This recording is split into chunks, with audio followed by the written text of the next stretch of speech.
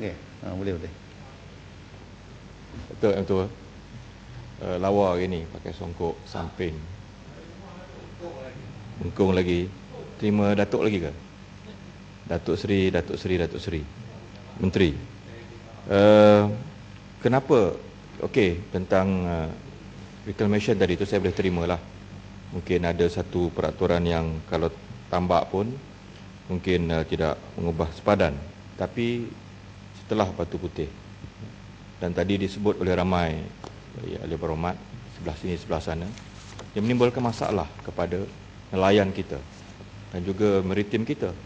Jadi adakah perlu ada persetujuan dua pihak?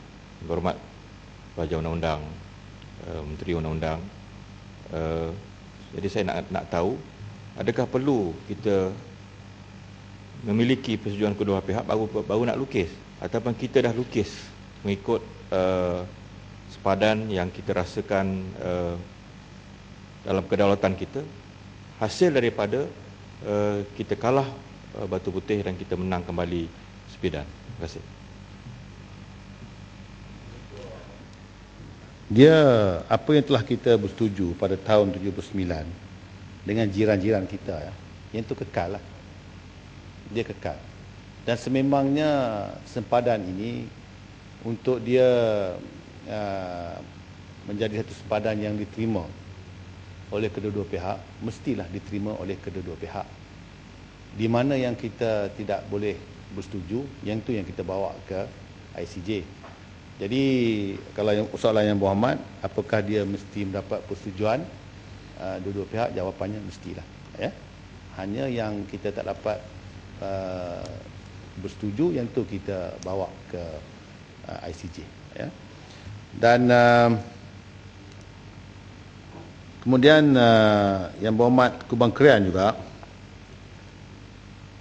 adakah Malaysia mempunyai dokumen yang cukup untuk mempertahankan Sabah dan Sarawak? Tuntutan sebenar ke atas Sabah tidak pernah digugur, ya. Tuntutan Filipina ini Sabah saja, tidak Sarawak. Tuntutan Filipina tidak diiktiraf oleh kerajaan Malaysia, dan persediaan rapi sememangnya dibuat bagi menangani isu ini. Dia sekarang ni tuntutan Filipina ini, saya rasa dia berada dalam perlembagaan negara Filipina, di mana wilayah Filipina itu dimasukkan Sabah. Jadi saya percaya tidak ada mana-mana ahli politik daripada negara Filipina akan berani untuk membuat satu pindaan kepada perlembagaan mereka untuk mengeluarkan Sabah daripada dikatakan sebagai kawasan mereka. Jadi dari segi Filipina ni, sampai bila-bila lah dia tidak akan melepaskan itu, ya. Jadi yang penting dalam hal ini, Mahkamah Keadilan Antarabangsa dalam kes Pulau Sipadan dan Ligitan yang melibatkan negeri Sabah dan Indonesia, Mahkamah Keadilan Antarabangsa telah menolak, ya, permohonan Filipina menjadi pihak kepada kes tersebut yang membabitkan negara Malaysia dan Indonesia, kerana mereka merasakan bahawa mereka ada hak di atas Filipina. Dia memohon untuk menjadi, orang kata apa, menjadi pihak, party to this, tapi ditolak oleh Mahkamah Keadilan Antarabangsa. Jelas menunjukkan iaitu bahawa Mahkamah Keadilan Antarabangsa tidak mengiktiraf tuntutan Filipina terhadap Sabah. Kalau dia merupakan satu tribal issue, sudah tentu Filipina diberikan menjadi pihak, tapi dia tidak diberikan status parti kepada tuntutan Sipadan dan Ligitan ini. Kubang Krian, adakah masih wujud ruang untuk membuka semula kes Batu Putih di bawah tata cara ICJ? Keputusan untuk merujukkan semula kes Batu Putih akan hanya dibuat sekiranya terdapat bukti baru yang memungkinkan keputusan disemak semula. Jadi kalau tak ada bukti baru, dia kira muktamad lah, ya. Tanya lagi. Itu yang cakap kata handsome ini ni. Dah. Kita apalah. Kalau orang tak kata handsome pun memang dapat. Yang berhormat handsome lah. Okey. Terima kasih. Understood. Datuk yang tua. Berita gembira tu. Sekiranya ICJ sentiasa ada ruang untuk isu Batu Putih ini didengari atau review. Persoalannya adakah persediaan kerajaan?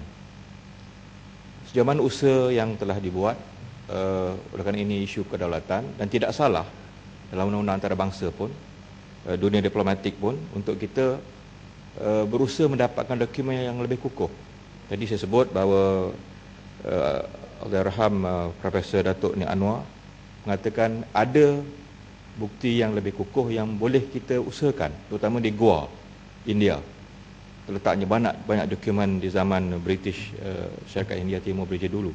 Jadi saya nak tahu adakah ada usaha yang bersungguh-sungguh pihak kerajaan ataupun yang berhormat boleh menyatakan satu task force ke, satu jawatankuasa khas ke, jawatankuasa kabinet ke, untuk kita berusaha mendapatkan dokumen-dokumen baru yang boleh sampai tahap kita bawa balik kes ini ke ICJ demi menyelamatkan kembali nama baik negara kita.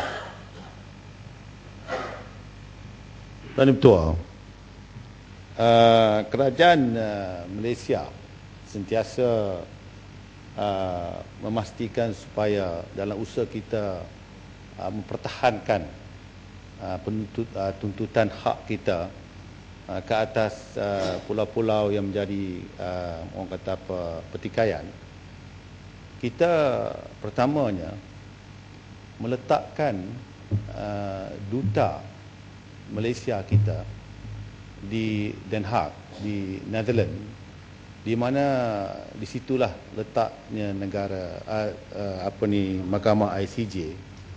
Duta kita itu ialah seorang peguam, seorang peguam yang masyhur, orang Malaysia, wanita, dan memang terkenal sebagai peguam yang orang kata apa, yang cukup pakar dalam perkara ini. Nama dia Nur Farida. Dia bukan lantikan sebagai seorang diplomat, tapi dia seorang peguam. Dia dijadikan duta dan dia terlibat dalam kemenangan kita dalam pertikaian dengan Indonesia. Jadi ini sebagai satu contoh yang saya tunjuk, yang boleh saya berikan bagaimana kita memastikan pasukan kita adalah pasukan yang mempunyai kekuatan dalam segi kepakaran dalam isu seperti ini. Dan peguam kita yang mengetuai pasukan yang memenangi Ligitan Sipadan itu juga merupakan peguam kita yang mengetuai dalam pertikaian kita dengan Singapura. Tapi sudah tentu dalam soal pertikaian ini bukti merupakan perkara yang sangat penting, ya, bukti itu penting. Jadi bukti pada ketika kita mengadakan perbicaraan itu memihak kepada Singapura. Saya percaya kalau apa yang Muhammad sebut, iaitu kalau betul seperti yang dikatakan oleh Profesor, iaitu ada bukti di Goa, saya percaya kerajaan Malaysia tentu apabila mendapat makluman ini akan ataupun mungkin sudah pun pergi melihat sendiri tentang perkara yang telah disebutkan oleh Profesor itu, ya. Kalau kita sudah belanja begitu banyak untuk kes Batu Putih ini, apa masalahnya untuk kita nak pergi melihat di Goa, melihat sendiri tentang katanya ada bukti yang jelas di situ, ya. Jadi yang buat jangan bimbanglah. Memang kita ambil tindakan yang cukup rapi dan bersungguh-sungguh dalam perkara ini. Ini soal kedaulatan negara kita. Isu bukti dalam Batu Putih. Batu Sukar, Batu Putih. Batu Putih. Terima kasih Datuk Speaker dan pada panel lenas. Satu unsur penting dalam kes kita pada masa itu yang dihujahkan tapi malangnya tidak dapat dibuktikan adalah surat yang Datuk Speaker ditulis oleh Governor British pada masa tahun 1844 bernama Butterworth, yang beliau tulis pada Sultan Johor pada masa itu meminta kebenaran untuk mendirikan dengan izin lighthouse ya pada masa itu. Dan itu surat itu membawa maksud yang jelas bahawa pihak British mengiktiraf bahawa kawasan itu adalah di bawah bidang kuasa Johor, Sultan Johor. So itu jadi satu unsur yang cukup penting dalam kes kita masa itu. Tapi malangnya surat itu tidak ada. The physical letter tidak wujud. Dan pada masa itu kita minta Singapura untuk kemukakan. Singapura jawab surat itu ditulis oleh pihak British kepada Sultan Johor. Kemungkinan lebih besar surat itu ada dalam milik Malaysia, bukan pada mereka. Itu jawab mereka. So ini penting sebab apakah saya nak tanya, walaupun pada masa kes dibicarakan surat itu tidak dapat dikesan, apakah usaha selepas itu untuk cari dan dapat surat itu? Sebab surat itu mesti wujud ya. Sejarah dia, bukti ataupun fakta surat ini ditulis memang tidak dapat dinafikan. Hanya physical letter itu dengan izin tidak dapat dikesan. So selepas kes itu adakah apa-apa usaha untuk mencari surat itu dan adakah apa-apa hasil? Saya pun dengar tentang surat itu. Memang usaha untuk mencarinya dibuat, tapi tidak jumpa. Kalau jumpa dah, kita punyalah. Ya. But it's true apa yang disebut oleh Muhammad. Tapi masalahnya kalau dia tidak ada corroboration, then it's just hearsay lah. It's difficult to prove. Jadi kalau siapa ada maklumat, kita boleh cari surat tu. Tuan-tuan, adakah ini batu putih dah habis. Kubang Krian, Kerajaan Malaysia telah menubuhkan task force, ni pada task force tadi, dan melantik peguam antarabangsa yang terdiri daripada Profesor James Crawford, Sir Etihu Lauterpacht. Ni memang dia ni, Lauterpacht ni dia peguam yang mengetuai kita punya claim on simpanan dengan ligitan, yang merupakan nama-nama yang tersohor dalam bidang public international law. Para penyelidik juga telah pergi ke beberapa negara di Eropah dan termasuk India untuk mendapatkan dokumen-dokumen yang relevan. Memang ada task force. Ya.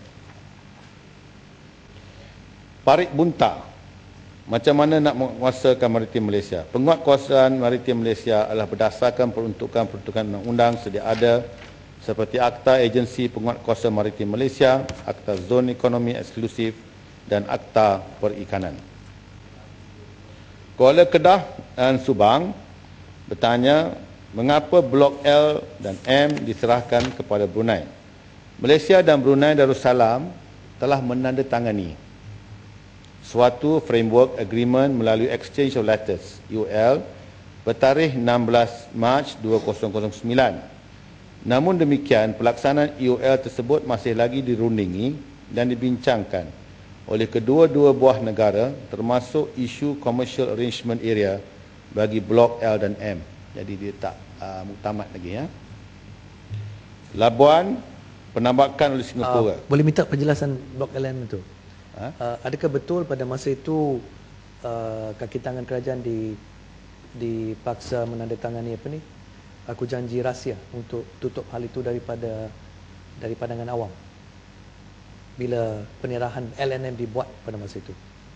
Itu yang saya bangkit tadi dalam Yang tu yang Muhammad kena tanya Kementerian Luar lah. Saya tak tahu sebab yang membuat rundingan ni oleh kerana dia dengan Brunei.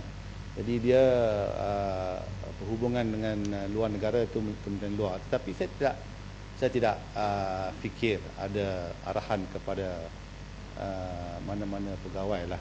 Ya. Maklumat yang saya terima, mereka diwajibkan menandatangani supaya perkara itu tidak terkeluar pada pandangan awam. Itu boleh tanya kepada Menteri Luar nanti. Menteri Luar. Ya? Dan isu yang kedua, adakah impact dari segi penyerahan blok LNM itu, yang soalan yang saya bangkitkan, ada impact pada kawasan lain bila kita serahkan itu kepada milik Brunei? Tidak, Yang Amat. Ini cuma commercial arrangement untuk mendapatkan economic, orang kata apa, untuk mendapatkan keuntungan ekonomi saja, bukan menyerah kedaulatan. Ya. Fahaman kita kedaulatan diserah pada Brunei? Ya, commercial arrangement for that area LNM. Ya. Saya faham. Let's be clear about this. Kita dengan izin Datuk Speaker, penyerahan yang disebut oleh mantan Perdana Menteri, Kepala Batas adalah kawasan Blok NM, perairan itu sudah jadi milik, ya. Kedaulatan telah diserahkan kepada Brunei. Tetapi pada masa yang sama kita ada hak untuk membangunkan bersama dan berkongsi hasil daripada itu jelas. Tapi sovereignty dengan izin adalah Brunei. So soalan saya satu adalah, saya tak pasti, kerana apa yang jawapan saya ada, yang Malaysia dan Brunei telah menandatangani suatu framework agreement melalui exchange of letters bertarikh 16 Mac 2009. Jawapan sini, namun demikian pelaksanaan EOL tersebut masih lagi dirundingi dan dibincangkan oleh kedua-dua buah negara, termasuk isu commercial arrangement area bagi blok LNM. Saya tak sebut tentang sovereignty di sini. Ya, sebab isu sangat penting. Sebab itulah maksud kita selesai sempadan limbang pertikaian itu, tapi kita serahkan kawasan itu. Saya faham. Dan impact pada kawasan-kawasan lain. Ya, saya faham. Dalam soalan yang sama, ialah kalau sovereignty atau sempadan ini diubah suai dan juga diserah kepada LMM, diserah kepada Brunei, kerana memandang negara kita adalah satu persekutuan. Maksudnya setiap negerinya ada sovereignty-nya. Sama ada penyerahan ini perlu diiktiraf dan diluluskan, direstui oleh negeri Sabah, iaitu melalui Dewan Undangan Negeri Sabah, supaya mereka juga ratify sempadan. Kalau dia melibatkan sempadan Sarawak, adakah Dewan Undangan Negeri Sarawak juga harus bersidang, harus memberi kelulusan? Tuan Ketua, yang ni legal point saya tidak berani commit lah. Saya ingat yang tempat ni ada sensitif sikit kalau nak jawab tu precisely kita kena tahu jawapan sebenar. Ya. Saya setuju. Yang Muhammad Shah Alam nak tanya benda sama, kita dah putus dah, tak boleh tanya ya. Tak, pasal bila isu tu dibahas, hari itu saya ingat dengan jelas Yang Berhormat Kota Belud dia siap bawa dia punya pad dan tunjuk peta dengan jelas mengatakan bahawa kawasan LNM memang dalam perairan Brunei. Ya, saya ingat pada hari itu perbahasan bila dibahas dengan hangat. Ya. Tu saya tahulah dia bukan menteri, tapi dia jawab pasal dia rasa mungkin dia ada kuasa. Saya tak tahulah kan, dia yang jawab. Lalu saya rasa sepatutnya kalau dalam perbahasan ini mungkin Kota Belud pun kena jelaskan kan. Dah. Itu. Habis dah. Habis dah. Saya ingat masih Shah Alam nak cerita pasal Kota Belud memberi penjelasan bagi pihak kerajaan berhubung dengan teritori Sarawak dan Sabah. Ya Muhammad, yang di Pertua, Menteri dah habis Muhammad. Dah ada satu yang tertinggal, yang tumpat bangkitkan. Yang 3 kilo, 12 kilo tu. Ya. 12 batu nautika 3. Menteri dah kata habis tu Muhammad, mana dia tertinggal lah tu. Saya nak peringatkan. Tak apa Muhammad, dia dah terlepas Muhammad. Saya nak peringatkan supaya dia boleh. Baik Muhammad. Ahli-ahli Yang Berhormat,